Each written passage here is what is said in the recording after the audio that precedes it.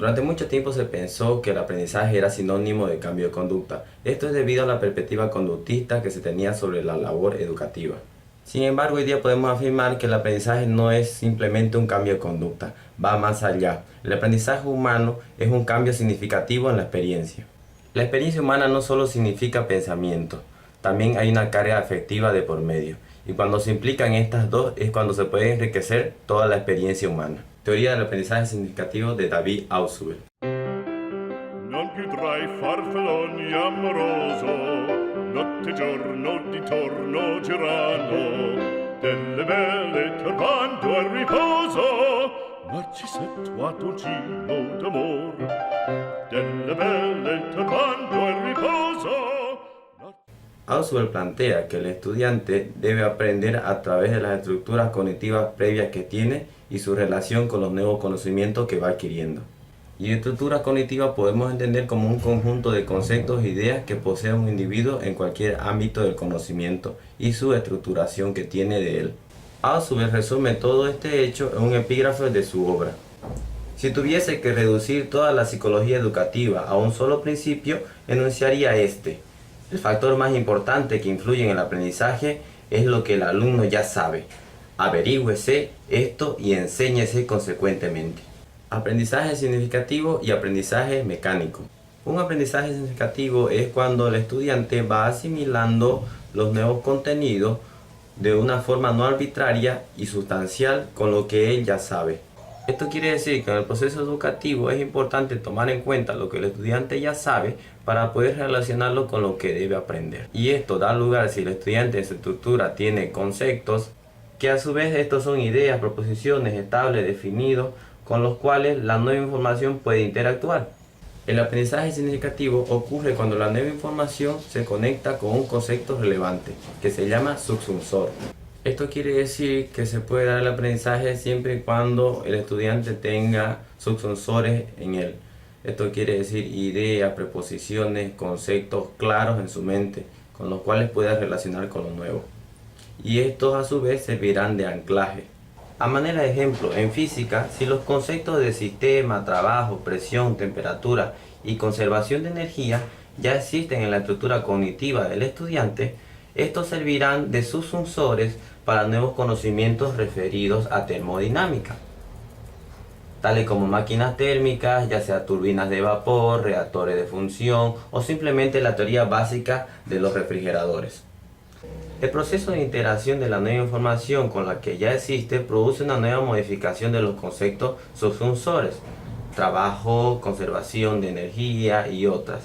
Esto implica que los subsunsores pueden ser conceptos amplios, claros, estables o inestables. Todo ello depende de la manera y la frecuencia con que son expuestos o interactúan con la nueva información. En el ejemplo dado, la idea de conservación de energía y trabajo mecánico servirá de anclaje para nuevas informaciones referidas a máquinas térmicas. Pero en la medida de que esos nuevos conceptos sean aprendidos significativamente, crecerán y modificarán los subsunsores iniciales.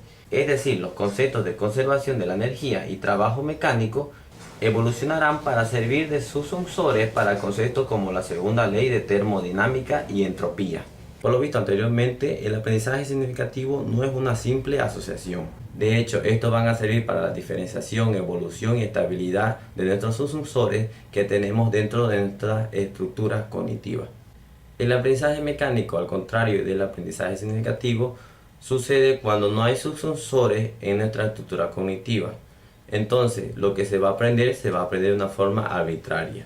Por ejemplo, las fórmulas de matemática. Esta nueva información es incorporada a la estructura cognitiva de manera literal arbitraria, puesto que consta de puras asociaciones arbitrarias. Obviamente que el aprendizaje mecánico no se va a dar en el vacío cognitivo, puesto que algo debe existir con lo cual podamos relacionarlo, pero no en el mismo sentido del aprendizaje significativo.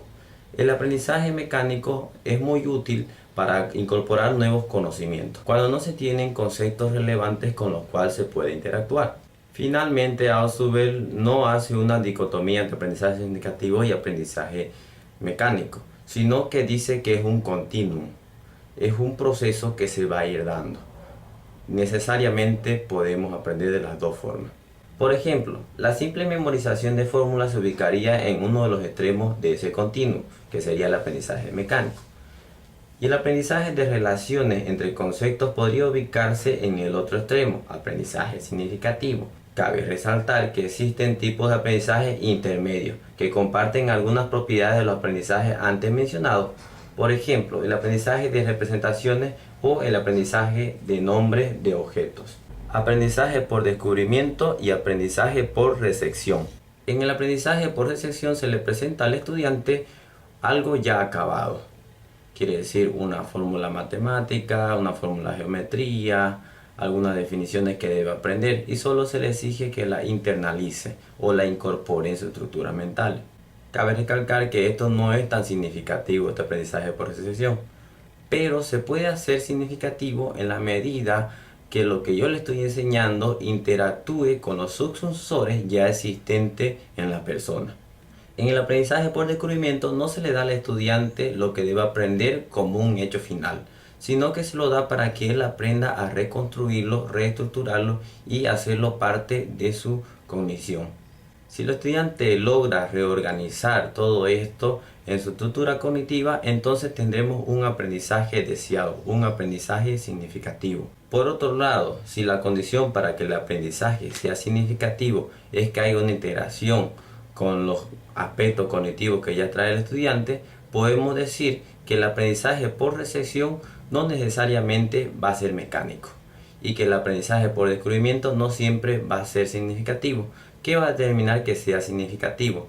En la medida que el estudiante esté predispuesto a aprender y relacionar lo nuevo con sus subsensores, con sus estructuras cognitivas. Por ejemplo, el armado de un rompecabezas por ensayo y error es un tipo de aprendizaje por descubrimiento, en el cual el contenido descubierto, o sea el armado, es incorporado de manera arbitraria a la estructura cognitiva y por lo tanto aprendido mecánicamente. Por otro lado, una ley física puede ser aprendida significativamente sin necesidad de ser descubierta por el estudiante. Esta puede ser oída, comprendida y usada significativamente siempre que exista en su estructura cognitiva los conocimientos previos apropiados. El método del descubrimiento puede ser utilizado para aprender nuevas cuestiones científicas, nuevos métodos, pero va a tener su dificultad en la medida que se deban aprender volúmenes grandes de información. Para este caso sería mejor utilizar el método expositivo, o sea, el método por recepción, para que el estudiante pueda aprender de una forma significativa. Por otro lado, el aprendizaje por recepción requiere de un alto nivel de abstracción, por lo tanto, este es el más adecuado para las cátedras. Todas las ideas vertidas en este vídeo las he sacado de las obras de Ausubel, Adquisición y Retención del Conocimiento y Psicología Educativa. Les mando un abrazo fraterno y estén esperando los siguientes vídeos que voy a hablar sobre teoría del aprendizaje y posteriormente teoría psicológica.